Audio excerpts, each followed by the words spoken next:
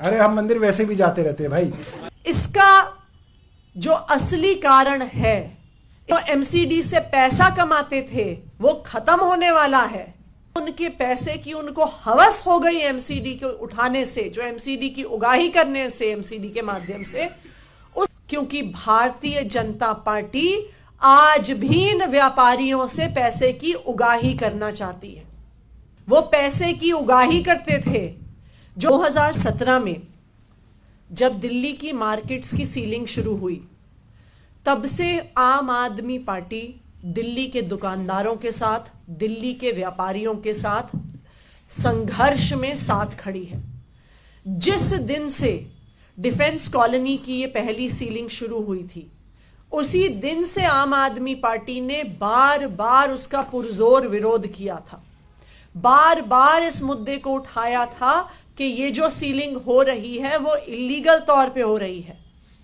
आम आदमी पार्टी के विधायक, आम आदमी पार्टी के नेता इस सीलिंग के खिलाफ सारे लोकल शॉपिंग सेंटर्स के जो दुकानदार हैं उनके साथ खड़े रहे। लेकिन भारतीय जनता पार्टी शासित एमसीडी ने सीलिंग को जल्द से जल्द करने में, दिल्ली के दुकानदारों को परेशान करने में, दिल्ली के व्यापारियों को परेशान करने में कोई भी कसर नहीं छोड़ी। व्यापारी परेशान होकर कोर्ट गए, एक के बाद एक, एक के बाद एक के बाद कोर्ट गए। कोर्ट ने जब ये जुडिशियल कमेटी बनाई जो आधिकारिक तौर पर पूरे मैटर को सुने और समझे और निर्णय ले, तो सुप्रीम कोर्ट ने सीलिंग डीसीलिंग का फैसला इस जुडिशियल कमेटी पे छोड़ दिया। दिसंबर 2023 में जब ये जुडिशियल कमेटी आदेश देती है कि जो सीलिंग हुई है वो गलत है और डीसीलिंग होनी चाहिए, उसके बावजूद भी डीसीलिंग की कार्रवाई नहीं शुरू हो रही। तो क्या बदल गया पिछले एक साल में? क्या बदल गया ऐसा कि आज जो कमिश्नर है एमसीडी का, जब भारतीय जनता पार्टी की सरकार थी तब तो उनका आदेश मानने को तैयार था एमसीडी में, लेकिन आज जब आम आदमी पार्टी की सरकार है तो बात मानने को तैयार नहीं है। कमिश्नर का अपॉइंटमेंट पूरी तरह से केंद्र सरकार के हाथ में दे दिया गया है। तो भारतीय जनता पार्टी को पता था कि वो एमसीडी में चुनाव हारने वाली है, उसको वो किसी ना किसी तरीके से चालू रख सके। आज क्यों दुकानों को डीसील नहीं किया जा रहा? क्योंकि भारतीय जनता पार्टी आज भी इन व्यापारियों से पैसे की उगाही करना चाहती है। वरना ऐसे कैसे हो सकता है कि मॉनिटरिंग कमेटी के आदेश पे सीलिंग हो जाए, लेकिन उसकी जो ऊपर जुडिशियल कमेटी बैठी है उसके आदेश पे डीसीलिंग ना हो? डीसीलिंग तभी होगी जब ये व्यापारी भारतीय जनता पार्टी को पैसा पहुंचाएंगे, वरना तब तक भारतीय जनता पार्टी शासित केंद्र सरकार अफसरों के स्क्रू टाइट कर करके ये डीसीलिंग की प्रक्रिया नहीं होने देगी। ये है भारतीय जनता पार्टी के पैसे की हवस, ये है भारतीय जनता पार्टी की उगाही की कहानी कि वो किसी ना किसी तरीके से एमसीडी का इस्तेमाल करके दिल्ली के लोगों से पैसा चूसना चाहती है। लेकिन मैं भारतीय जनता पार्टी को बताना चाहती हूं कि वो चाहे जितनी कोशिश कर लें दिल्ली के लोगों को परेशान करने की, दिल्ली के लोगों से, दिल्ली के व्यापारियों से पैसा उगाही करने की, लेकिन दिल्ली के लोगों ने अपना एक तरफा समर्थन एमसीडी में अरविंद केजरीवाल को दिखाया है। आपके 15 साल के शासन के बाद आपकी अमेंडमेंट लाकर चुनाव को गुजरात चुनाव के साथ कराकर हर प्रयास के बावजूद दिल्ली की जनता ने आपको एमसीडी से निकालकर आम आदमी पार्टी को अरविंद केजरीवाल की सरकार बनाई है।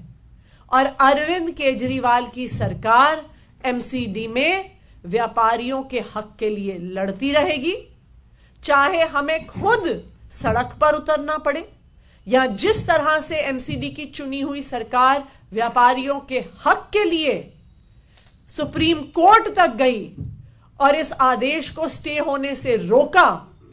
आम आदमी पार्टी दिल्ली के व्यापारियों के साथ खड़ी है और दिल्ली के व्यापारियों के साथ खड़ी रहेगी। ये मामला क्योंकि कोर्ट में, तो क्या कोर्ट में आप लोगों की तरफ से ये भी कहा जाएगा, जैसे आपने डिमांड की कि बीजेपी चाहती तो कमिश्नर को हटा सकती थी, तो इन्हें हटाया जाए, या दूसरा सरकार के साथ या एमसीडी के साथ बातचीत करके कोई नया कमिश्नर यहाँ से लाया जाए? देखिए, कमिश्नर को हटाने के लिए तो एमसीडी का कानून बहुत स्पष्ट तौर से कहता है अब कि कमिश्नर का अपॉइंटमेंट सीधा केंद्र सरकार करेगी। ये जो एमसीडी एक्ट में अमेंडमेंट हुआ था, जब तीनों एमसीडीज को यूनिफाई किया गया, तो ये भी एक अमेंडमेंट था जो एक्ट में लाया गया था। क्यों? क्योंकि भारतीय जनता पार्टी बैकडोर से एमसीडी में पैसे की उगाही करना चाहती थी। लेकिन आज भी अगर उस कमिश्नर को हटाना है तो केंद्र सरकार हटा सकती है। अगर केंद्र सरकार, भारतीय जनता पार्टी व्यापारियों का हित चाहती होती तो वो आज कमिश्नर को हटा देती सुप्रीम कोर्ट का आदेश ना मानने के लिए। एलजी साहब तुरंत उस पर कार्रवाई कर देते, एमएचए तुरंत उसको सस्पेंड कर देती, लेकिन उन्होंने नहीं किया। ये क्या दिखाता है? ये दिखाता है कि ये डीसीलिंग ना करने की कार्रवाई सिर्फ और सिर्फ भारतीय जनता पार्टी की केंद्र सरकार के आशीर्वाद के साथ हो रही है। उनकी बीजेपी, उनकी और ये जो बीजेपी की इच्छा है कि हम इन दुकानों से पैसे की उगाही करें, उसकी वजह से हो रही है। कल मुख्यमंत्री अरविंद केजरीवाल ने एनफोर्समेंट डायरेक्टरेट को चिट्ठी लिखी है, लेकिन उसमें क्या तर्क दिए गए हैं? क्या कुछ फिर से नए सवाल एनफोर्समेंट एजेंसी से पूछा गया, ईडी से? मुझे तो इसकी जानकारी नहीं है सर। दूसरा सवाल ये है कि बीजेपी सांसद निशिकांत दुबे वो कह रहे हैं पीएम मोदी की जो जेल सैलरी जीते हैं वो अपने आप में शंकराचार्य है। कहाँ पे कौन कौन हो गया? निशिकांत दुबे कह रहे हैं पीएम मोदी भी शंकराचार्य है। अच्छा, ठीक है। आपको लगता है ऐसा है? निशिकांत दुबे को भी तो कुछ बनाओ, फिर उन्हें शंकराचार्य बना दिया तो उन्हें तो कुछ तो दो। उन्होंने भी बड़े महान महान कार्य किए अपने व्यक्तिगत जीवन में, उनको भी दो कोई पदवी। फारूक दुबला कह रहे हैं कि जो अलग अलग गठजोड़ बना लेंगे तो गठबंधन के खतरा है, कुछ आपके दल?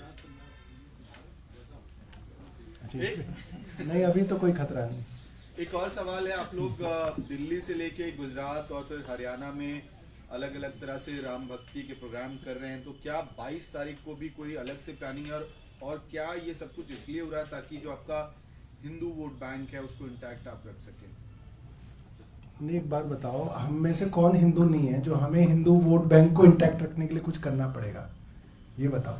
जब हम पैदा हुए तो हमारे घर हवन हुआ, जब हमारी शादी हुई तो हमने अग्नि के चारों तरफ हवन के फेरे लिए।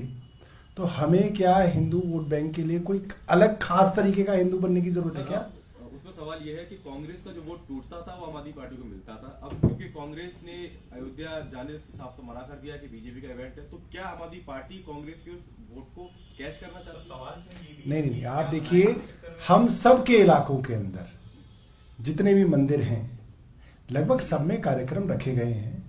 सब के अंदर हम लोग जो है नहीं जा पाएंगे, मगर कुछ कार्यक्रमों के अंदर हमारे विधायक साथी हम लोग जाएंगे। तो मंदिर में जाएंगे? अरे हम मंदिर वैसे